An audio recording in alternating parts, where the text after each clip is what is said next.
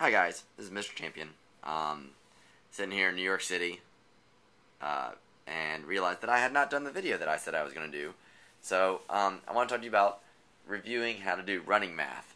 You'll be doing that. The substitute, whoever it is, I'm sure they're wonderful, will be showing you this video to help you remind you how to do running math.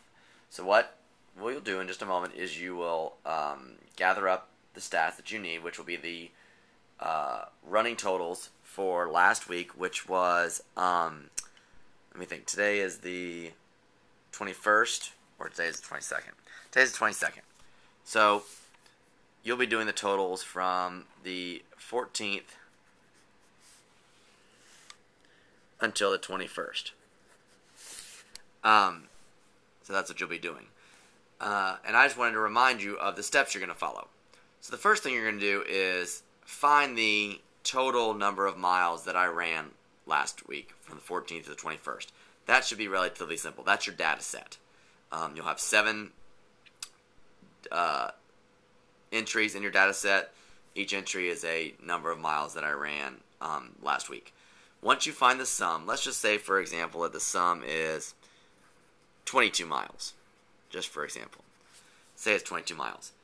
What you're going to do is you're going to convert it first to yards, then to feet, and then to inches. So in order to convert it to yards, you know that there are 1,760 yards in 1 mile. So therefore, if I were going to convert 22 miles to yards, I would take 22 and multiply it times 1,760. Now, being that it's a 2-digit number times a 4-digit number, you could choose to use lattice multiplication, but in this case, I'm going to use the regrouping algorithm. Now, you may end up with a decimal. It is possible, considering that there will be times that I run 1/10 of a mile or 3/10 of a mile. So you may use lattice instead. But for right now, I'm going to use the regrouping algorithm. So I set up the regrouping algorithm like so. And I just do 2 times 0. 2 times 6 equals 12, carry the 1. 2 times 7 equals 14, plus 1 equals 15, carry the 1. 2 times 1 equals 2, plus 1 equals 3. Now I'm done with the 1s, so then I put a 0 in the 1s place.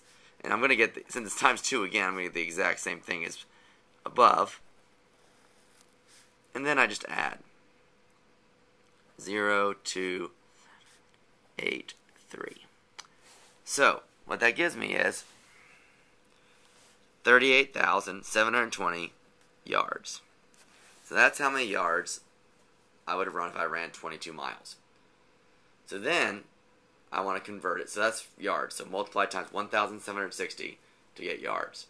Then I want to convert that to feet. Well, I take my yards total, and you ask yourself, okay, how many yards are in a foot? Scratch that. How many feet in a yard? And there are 3 feet in 1 yard. So hopefully this is ringing a bell, and you remember, okay, I take my yards and I multiply it times the number of feet. So that'd be 38,720, which is how many yards, times 3 feet. 0, 6, 21, carry the 2, 24 plus 2 is 26, 2, 9, 11. So that's 116,160 feet. Okay? Now we move on to converting from feet to inches. Well, hopefully you remember that there are 12 inches in 1 foot. And so to figure out how many inches there are in 116,160 feet, you simply multiply how many feet times 12. So I'm going to multiply 116,160 feet times 12. And again, I'm going to use the regrouping algorithm.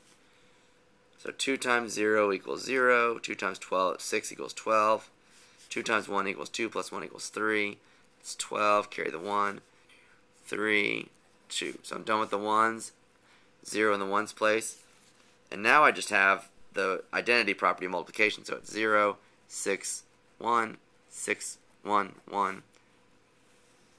I add those up.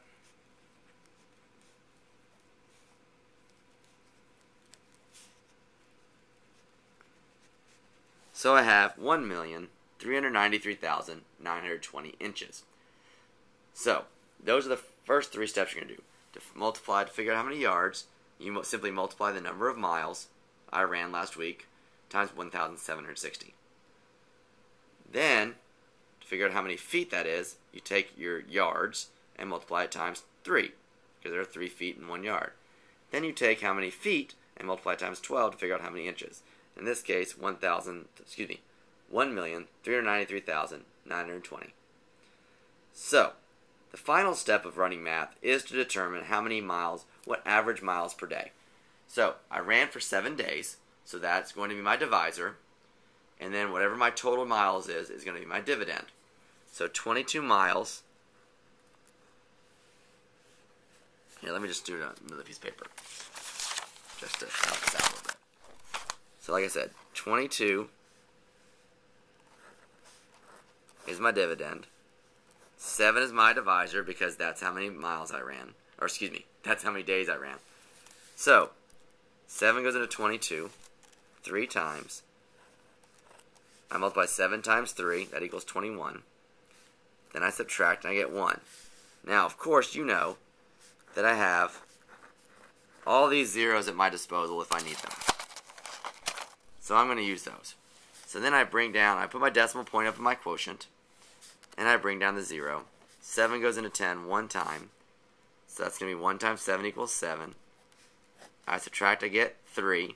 Now what you'll notice is, every time I bring down, I'm going to get, scratch that, 30. So 7 goes into 30 4 times. 4 times 7 equals 28. Oh, sorry. Hold on 1 second. I'm going to put this down just for a second. Excuse me, I'm still here. I'm just going to remove that paper. Remove that paper. Sorry. And I'm back. So I bring down, I multiply, I get 28. Then I subtract, I get 2. I bring down another 0, that's 20. So that's going to go in 2 times, 14. Now, it's going to go on for a while. So really all I need is, because I'm going to round to the 10th place, all I really need is the 100th place. So all you need to do is divide until you get to the 100th place. If you need to. You may not need to. You may divide and it may not go that far, which is fine. But in this case, I'm going to round to the 10th place. So I know that 4 is my boss. 5 and up goes up, 4 and down stays. So it's going to stay. So it's going to stay at 1. The 10th place is going to stay at 1. So my final answer would be 3 1/10 miles per day. So again, to find the average miles per day, you take your total number of miles, divide it by 7, and work through it that way. Hopefully this helps. I know the substitute will be willing to help you and ask any questions. You'll be doing this in your math journal, and good luck.